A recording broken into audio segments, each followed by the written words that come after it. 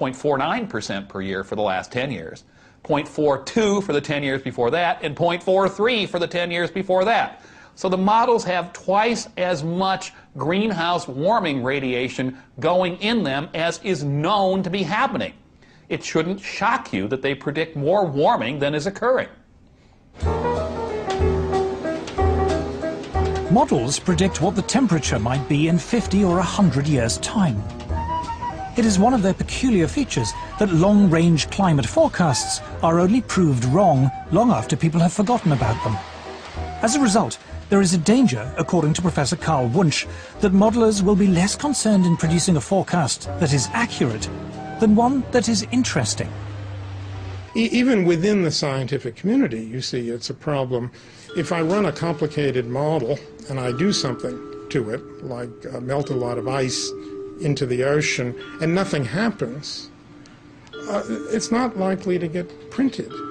But if I run the same model and I adjust it in such a way that something dramatic happens to the ocean circulation, like the heat transport turns off, it will be published. People will say this is very exciting. It will even get picked up by the media. So there is a bias, there's a very powerful bias within the media and within the science community itself toward results which are dramatizable. The Earth freezes over. That's a much more interesting story than saying, well, you know, it fluctuates around. Sometimes the mass flux goes up by 10%, sometimes it goes down by 20%, but eventually it comes back. Well, you know, which would you do a story on? I mean, that's what it's about.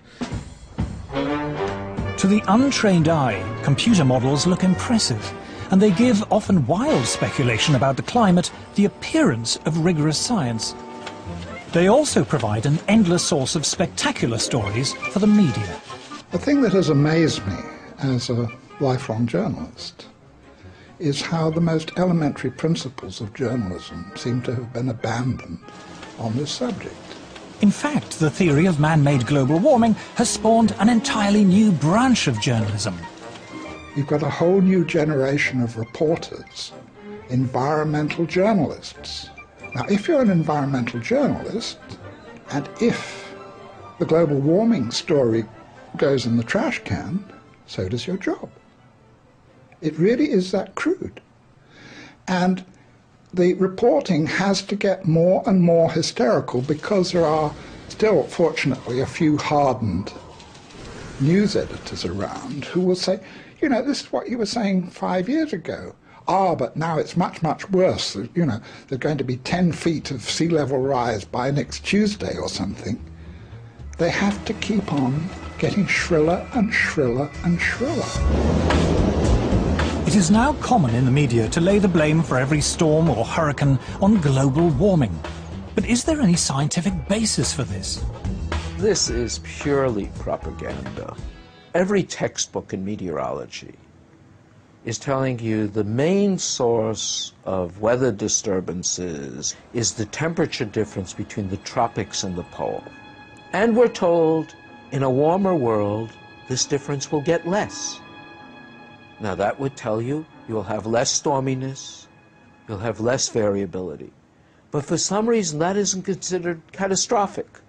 So you're told the opposite. News reports frequently argue that even a mild increase in global temperature could lead to a catastrophic melting of the polar ice caps. But what does Earth's climate history tell us? We happen to have temperature records of Greenland that go back thousands of years. Greenland has been much warmer. Just 1,000 years ago, Greenland was warmer than it is today, yet it didn't have a dramatic melting event. Even if we talk about something like permafrost, a great deal of the permafrost, that icy layer under the forests of Russia, for example, 7,000 or 8,000 years ago melted far more than we're having any evidence about it melting now. So in other words, this is a historical pattern again, but the world didn't come to a crunching halt because of it. Professor Siunishi Akasofu is head of the International Arctic Research Center in Alaska. The IARC is the world's leading Arctic research institute. Professor Akasofu insists that over time, the ice caps are always naturally expanding and contracting. There are reports from time to time, a big chunk of ice break away from the Antarctic continent. Those must have been happening all the time. But because now we have a satellite that can detect those, that's why they become the news. This data from NASA's meteorological satellites shows the huge natural expansion and contraction of the polar sea ice taking place in the 1990s. Practically all the TV programs that relate to global warming show big chunk of ice falling from the edge of the glaciers, but people forget that ice is always moving. News reports frequently show images of ice breaking from the edge of the Arctic. What they don't say is that this is as ordinary an event in the Arctic as falling leaves on an English autumn day.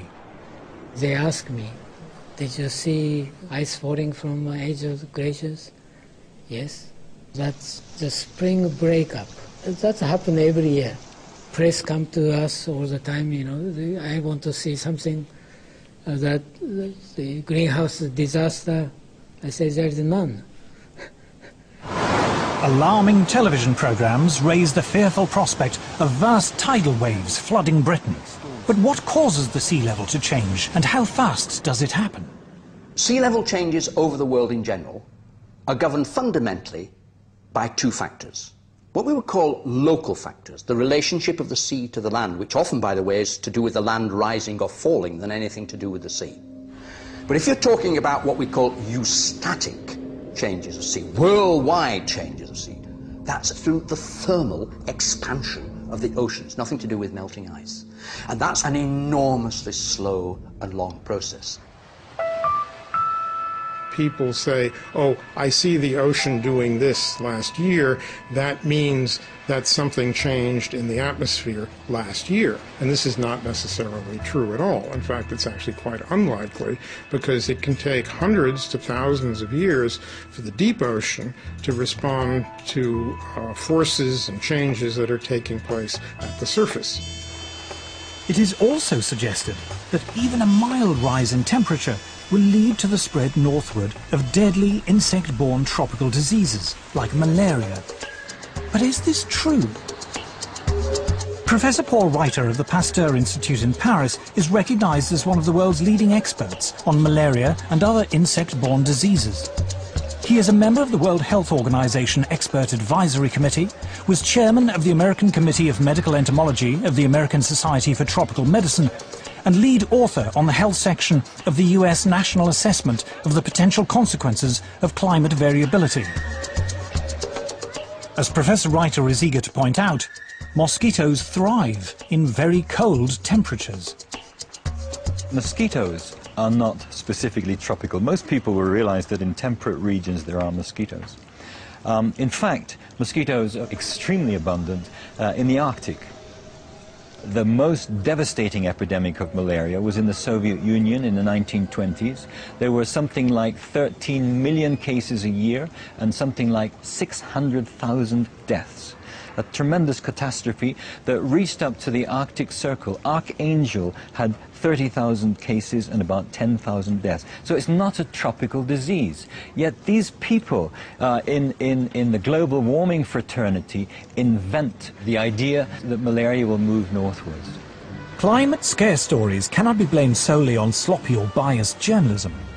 According to Professor Reiter, hysterical alarms have been encouraged by the reports of the United Nations Intergovernmental Panel on Climate Change, or IPCC. On the spread of malaria, the IPCC warns us that mosquito species that transmit malaria do not usually survive where the mean winter temperature drops below 16 to 18 degrees Celsius. According to Professor Reiter, this is clearly untrue. I was horrified to read the second and the third assessment reports, because there was so much misinformation without any kind of recourse, or virtually without mention of the scientific literature, the truly scientific literature, the literature by specialists in those fields. In a letter to the Wall Street Journal, Professor Frederick Seitz, former president of America's National Academy of Sciences, revealed that IPCC officials had censored the comments of scientists. He said that this report is not the version that was approved